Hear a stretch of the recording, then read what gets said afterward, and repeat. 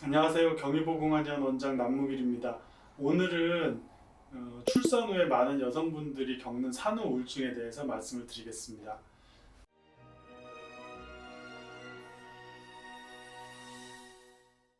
신문 기사를 이렇게 보다 보면은 엄마가 갓난 아기를 이렇게 아파트 베란다 밖으로 던져서 아기가 어떻게 잘못됐다, 아니면 엄마하고 이제 아기하고 극단적인 선택을 했다, 이런 기사들을 이제 심심치 않게 볼 수 있는데요. 참 이런 기사들을 볼 때마다 여러분도 그렇겠지만 되게 마음이 아파요. 그러니까 10달 동안 고생해서 이렇게 키우고 낳았는데 어떤 순간적인 어떤 판단 미스로 인해 가지고 실수를 하고 이제 돌이킬 수 없는 결과를 만드는 건데, 이런 것들 다 대부분 이제 산후 우울증이 원인이라고 볼 수 있습니다. 그래서 오늘은 이제 산후 우울증에 대해서 말씀을 드릴 건데요.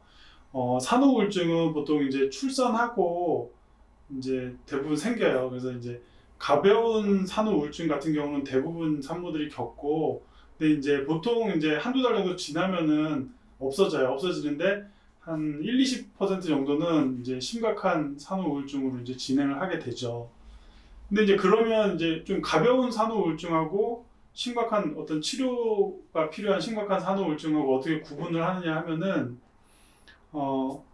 그 아기에 대한 어떤 태도가 좀 달라요. 그러니까 가벼운 산후 우울증 같은 경우는 이제 진짜 힘들고 짜증이 나고 막 죽고 싶고 그렇지만, 아기를 봤을 때 너무 귀여운 거죠. 너무 이쁘고 내 새끼니까 잘 키워야겠다, 이제 이런 생각을 하지만, 이제 좀 심한 산후 우울증 같은 경우는 아기를 보면 너 때문에 지금 내가 이렇게 고생한다, 이런 생각을 기본적으로 가지게 돼요. 그래서 너가 태어나는 바람에 모든 게 다 엉망이 됐어, 너만 없어지면 다 해결될까, 이런 생각을 가지게 되면 되게 심각한 상황까지 가게 된 것이기 때문에, 이런 경우는 꼭 치료를 받으셔야 돼요.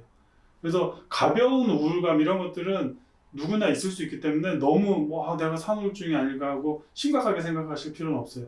아기에 대한 태도가 분명하면 된다는 거죠. 요즘은 아빠들도 산후우울증이 많이 걸려요.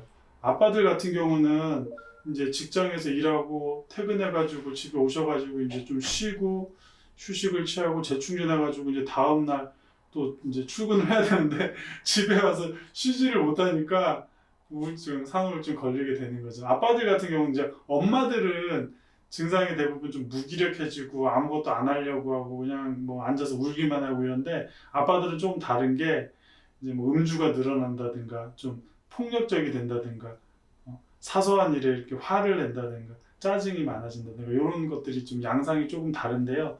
엄마가 산후우울증이 있는 경우는 그 우울한 감정이 아빠한테 전달돼 가지고 아빠도 산후우울증 걸릴 확률이 높아지게 됩니다. 그리고 당연히 이제 아기하고 정서적인 교감이 되게 중요한데, 산후우울증이 있는 경우는 아기의 어떤 정서에도 좋지 않은 영향을 미치겠죠.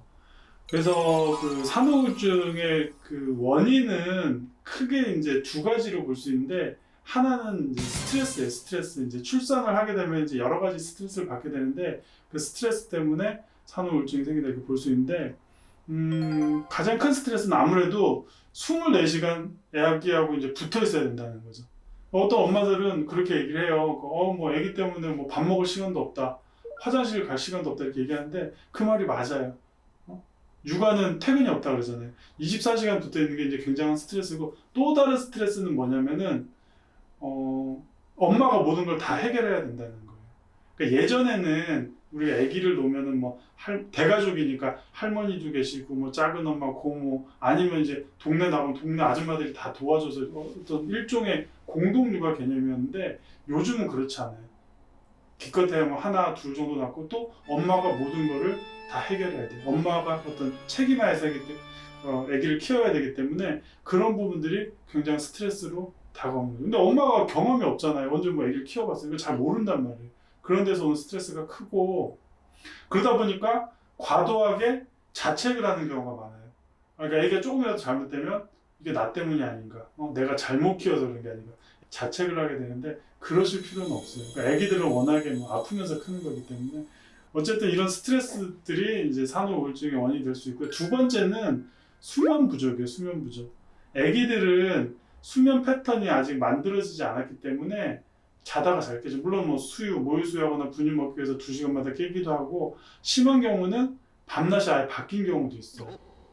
그런 경우는 엄마들도 아주 미쳐버리는 거죠. 우리가 이제 정신과적인 질환들은 대부분 수면 장애를 이렇게 겸하고 있어요. 그러니까 우리가 잠을 못 자서 정신적인 문제가 생기기도 하고, 정신과적인 문제가 있어서 잠을 못 자기도 하는데, 어쨌든 연관이 되게 많아요. 그래서 우리 뭐 고문 중에서 제일 힘든 게 잠을 안 재우는 거거든요. 잠을 안 재우면 사람이 제정신이 아니에요. 그래서 이제 흔히 하는 말로 뭐 미쳐버린다 이렇게 얘기를 하는데, 그래서 이제 수면 부족 때문에 어떤 원인이 되어가지고 산후우울증이 생긴다고 볼 수 있습니다. 그래서 산후우울증의 원인은 크게 2가지, 스트레스와 수면 부족을 볼 수 있습니다. 그래서 오늘은 산후우울증에 대해서 말씀을 드렸습니다. 감사합니다.